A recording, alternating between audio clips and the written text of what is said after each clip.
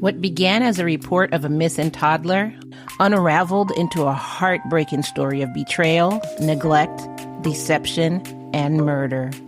For your midweek mini, I tell you the case of Leilani Simon. Welcome, lambs. Welcome to Love and Murder, Heartbreak to Homicide, your midweek mini edition. If you're new here, hi, my name is Kai, and I will be your host. Why don't you go ahead, take a listen all the way to the end, and if you like it, don't forget to subscribe. If you're a returning lamb, thank you so much for your continued support. If you didn't know, you can also subscribe on my Patreon, patreon.com/Love and Murder. By subscribing over there, you could either become a sponsor of Love and Murder, or if you're not ready to become a paid sponsor yet, you could actually still sign up to the Patreon for free, where you still get some benefits for being a free lamb Patreon. Patreon.com/Love and Murder. Speaking of sponsors, I do want to take a moment to thank the sponsors of Love and Murder, which is my Lamb Patreon. Thank you so much for trusting in me and being a continued Lamb Patreon. Now let's get into your midweek mini. The morning of October 5th, 2022 began with a 911 call at 9:40 a.m. from the Buckhalter Road residence outside of Savannah, Georgia. 23-year-old Leilani Simon reported her 20-month-old son, Quinton Simon, missing from his indoor playpen, saying that the last time she had seen him was 6 a.m. that day. She claimed the front door was open and Quinton had probably been abducted from his playpen.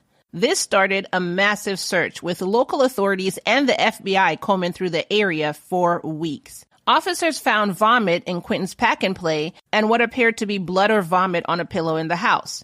During the search, Leilani made public pleas for help in finding Quinton, telling WTOC TV, quote, "We're just hoping that he's in somebody's house and they're feeding him. Maybe they wanted a baby or couldn't have a baby." Search efforts expanded across multiple locations, such as neighborhood grid searches, local pond investigations with dive teams, and targeted outdoor searches with trained volunteers. 40 FBI agents conducted a thorough re-examination of the Buckhalter Road home. The FBI's Child Abduction Rapid Development Team assisted with detailed questionnaires for neighborhood canvassing. By October 10th, however, the investigation shifted direction from a missing persons case. Police Chief Jed Hadley said, quote, "We are looking at the criminal investigation aspect of it as well." Investigators had become suspicious as inconsistencies emerged in Leilani's statements.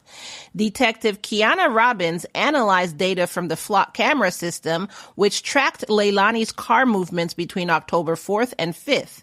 Surveillance footage, GPS data, and phone records indicated her car was at the Azalea Mobile Home Plaza dumpster, about 2 miles from her home, early in the morning of October 5th. This contradicted an earlier statement that she gave about visiting a Chevron statement on that day. Then there were the alcohol bottles found in Leilani's car and potential blood evidence in the driver's seat. On October 11th, Leilani was named as the only suspect in her son's disappearance. Investigators maintained close surveillance of Leilani's activities. After becoming skeptical of her timeline, they got a warrant to record her hotel room conversations. On November 18th, 2022, after weeks of searching through over 1.2 million pounds of trash in a Savannah landfill, Officer Sophia Zerke made a horrible discovery.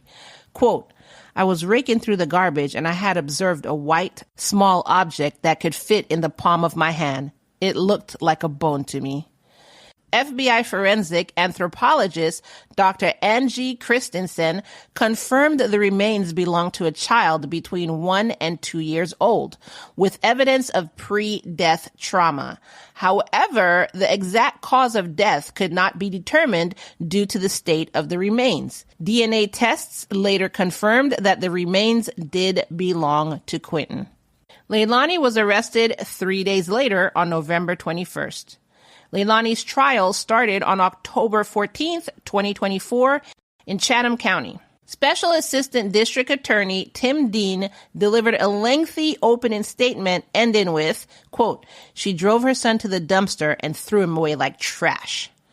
The defense made a short opening statement saying that the prosecutors would not be able to prove anything. The prosecution constructed their case around Leilani's inconsistent statements, behavioral patterns, and their digital forensics. Prosecutors accused her of killing Quinton in the early hours of October 5th and disposing of his body in the dumpster. They presented 19 charges against her, including malice murder, felony murder, making false statements, concealing a death, and 14 counts of lying to investigators. They told the court about an incident involving Leilani and her boyfriend, Daniel Youngskin, that happened a few months before her son's murder. Leilani told Daniel that she was feeling unloved and neglected. She made him a 4-minute suicide video where she talked about how the relationship was going downhill and that she felt her feelings for him were not being reciprocated. On the video, she says, quote, "I don't hear love in your voice or the love in your touch. I don't see the love in your eyes anymore. When I was carrying your child, you didn't want to have sex with me. You didn't want me. That feeling was only one way. That love, that loyalty, all one way." She ended the video telling Daniel, quote, to take care of her kids. When she got to the river, she ended the video with the intent to kill herself by driving into the river. The prosecution went on to tell the court about Leilani's lack of accountability throughout the entire investigation, and they talked about Leilani's behavior during the investigation as well as after her arrest.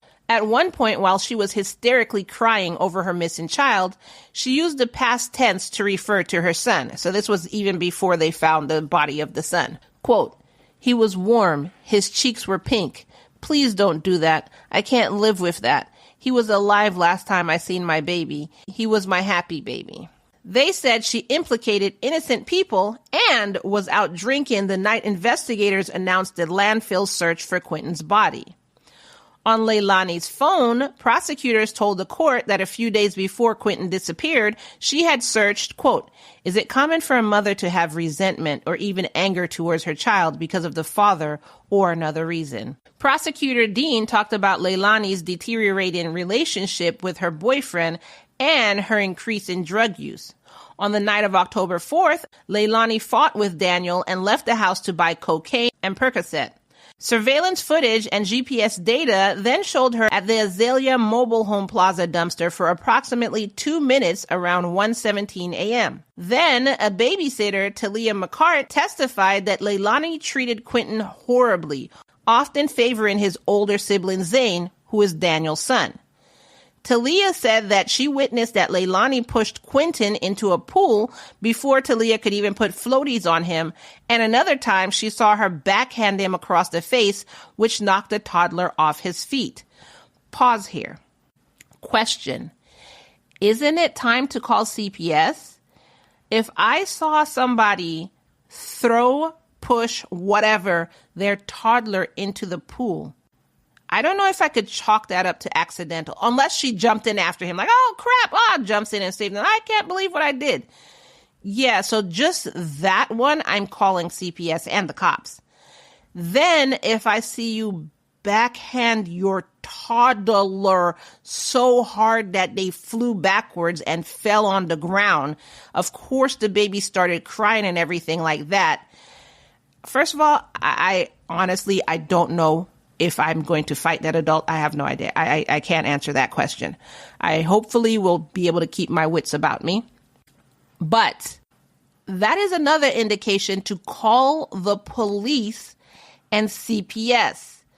There is no reason in the history of reasons to backhand a toddler so hard that they go flying onto the floor. No reason ever in the everest of evers. So I can't even say that's an accident. I can't even say, oh, well, maybe there is no, maybe it's just me, but there's no reason. So with her witnessing that, CPS should have been called. The police should have been called. Not that I'm just a babysitter and I'm not calling anybody and I'm just going to go home and tell people, oh, I saw the craziest thing today. No, absolutely not. Talia also claimed that Leilani left Quinton at her house for weeks without checking on him, meaning she left him with the babysitter. Leilani told her that she did not love Quinton. She then told the court that she thought Leilani was a, quote, crappy mother. Again, all reasons to call CPS or the police. You left the baby at the house for weeks without checking on him. That's called child abandonment. I'm calling the police or CPS. Then, after witnessing everything you did, Leilani tells you that she doesn't even love this son, which is incredibly apparent. And then you thought she was a crappy mother, but let's get this baby some help. Leilani's former neighbor, Melanie Bowling, testified that Leilani resented Quinton, verbally abused him, and told her more than once that she wished she had aborted him. Okay, so that's a second person that's testifying, witnessing whatever she's doing with this baby. I don't know how many people need to see this before CPS or the police are called. But I guess it took murder for this to happen. Surveillance video shows a car matching Leilani's at the scene. One of the initial and ever-changing stories that Leilani told police was that she'd gone to the mobile home park to pick up Orajel from a friend. However, that friend later testified that, no, she didn't. That friend took from the handbook of Kai because I'm going to let you know, don't try and put me in, don't try and mix me in, especially your child is murdered and you're the suspect. And you try and rope me in. Oh, well, no, I was over at Kai's house. No, you weren't. No, you weren't. Don't try and put me in this. I am not your friend then. I am not helping you. Defense attorney Martin Hilliard argued that the state lacked direct evidence tying Leilani to Quinton's death, emphasizing that the cause of death remained unknown. Attorney Hilliard claimed the prosecution relied on speculation and character attacks rather than concrete evidence. Jenny Parkers said, quote, Leilani Simon is not a mother. She is a monster. We cannot give Quinton back the life he deserved, but we can give him justice. Leilani's defense responded with, quote, this case can't be described based on emotions. It must be described based on facts and evidence presented in this courtroom. It can't be determined by their rumors, their gossip, and their conclusions. In the end, that is what you will determine, is that this is the foundation of the state's claims. The core conclusion is that Leilani Marie Simon murdered her child. The evidence will simply not support that bold conclusion. On day 10 of the trial, on October 25th, 2024, after 6 hours of deliberation, the jury found Leilani guilty on all 19 charges. Leilani's family members, including her brother Paul and her mother Billie Joe Howell, spoke at the sentencing. Paul pleaded for leniency, calling Leilani young. Really? Okay. And deserving of a second chance in life. You know who else was young and deserving of a second chance at life? Quote, she needs to spend time in prison, but at the same time, she's still extremely young. And regardless of how it looks at the end of the day, she's still my sister. And I feel like even though she was convicted of what she was convicted of, she still deserves a chance, even if it's later in her life, to have an opportunity to live her life still. End quote. I just have a question, and I think if I was the prosecution, I would totally ask that question. However, I understand that no lawyer would ask this question because you want to be respectful of the family. But the question that I would ask is, you know who else was young and deserving another opportunity of life? That'd be my question. Paul said he never saw any evidence of Quinton being abused. Quote, she was always pretty fair to him. I never saw her hit him. She would yell at him, but I mean, everyone gets frustrated. I mean, I hear that, Paul, but also there's other people who lived near her. You didn't live near her. There are other people who lived near her or babysat for her who are saying completely different things than you are. Maybe around her family, she didn't act this way because she knew her family would look at her and be like, what the hell is wrong with you? But you can't hide that 24/7, and people who lived near her saw her do different things than you. Paul went on to ask the judge for some leniency on Leilani's sentencing. Thomas Howell, Leilani's stepfather, said, quote, I just would ask for one day she'd be able to walk amongst us. I mean, I won't be here, I'm up in age, but that you'd at least be given one more chance in life instead of just putting her away and throwing away the key. To yet again, Kai says, you know who else would love to have another chance to walk amongst us? Billy Joe expressed regret, saying, quote, I should have been a better mom and a better grandma. Well, Billy Joe, it's totally not your fault. Children grow up into adults, and then we either do what we're supposed to do as adults, or we become utter assholes. It's not always the parent's fault. If the child never learned right from wrong, there were never any consequences to their actions, then yeah, I would say it's somewhat of the parent's fault, but that's still only somewhat, because you grow into an adult. And as an adult, you know right from wrong. You know there are consequences to your action. You can form your own thoughts. So still, that's only slightly on the parents. Billy Joe said her daughter, quote, deserved better. Ma'am, stop blaming yourself. It is not your fault. Quote, I love you and we're going to get through it because I raised you to know that I love you unconditionally. And today I do not put conditions on that because I love you, Leilani. And as a mother, I would still love my child. Yes, I understand that. And even as a mother, I probably would blame myself too. Like, where did I go wrong? So I completely understand that. On October 31st, 2024, Judge Tammy Stokes sentenced Leilani to life in prison, plus an additional 10 years with the possibility of parole after 40 years. In her closing remark, Judge Stokes said, quote, Quinton Simon's life and death impacted not only his family, but the community at large. After her sentencing, Leilani requested that Quinton's remains be released to her brother. Quote, I want my baby home. And that is the case of Leilani Simon and the murder of Quinton Simon.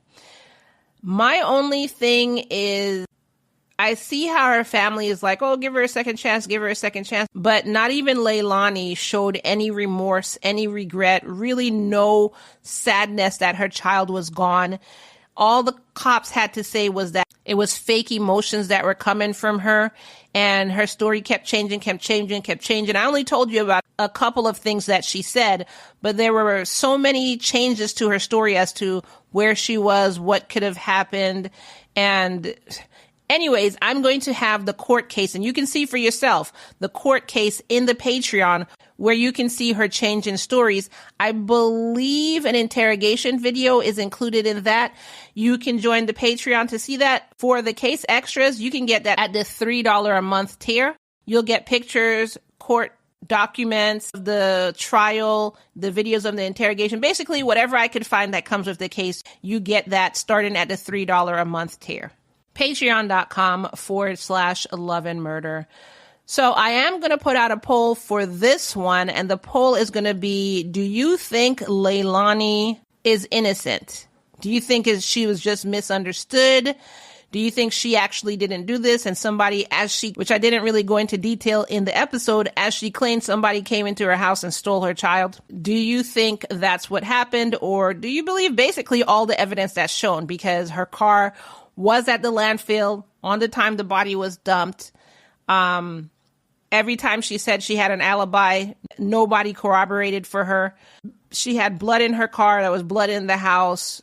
You know, there's just so much evidence piled up against her for me not to believe that, you know, it was her who did this. But maybe I'm missing something. So the poll question is, do you think she's innocent or do you think she's guilty? You can either answer the poll. The poll will also be in the Patreon. Even if you sign up for free, it's there for free. Patreon.com/loveandmurder. You could answer the question in the After the Pod Facebook group, or if Spotify allows me to post this question, Spotify's been just giving me problems, so I haven't been able to post it. If Spotify allows me to post a question, it will be on the Spotify as well. If you would be a dare and do two things for me, the first thing is go to the Patreon and sign up, even if it's for free. Patreon.com/loveandmurder, or you could check out any one of the tiers, and whichever one that you do want to sign up for, go ahead and become an exclusive Lamb Patreon and a sponsor of Love and Murder. Patreon.com/loveandmurder. The second thing that I would ask you to do is just simply share this episode. Share it with your friends, share it with your family, share it with everyone you know and everyone you don't. And that is all I have for you today, and I will see you in the next episode. Bye.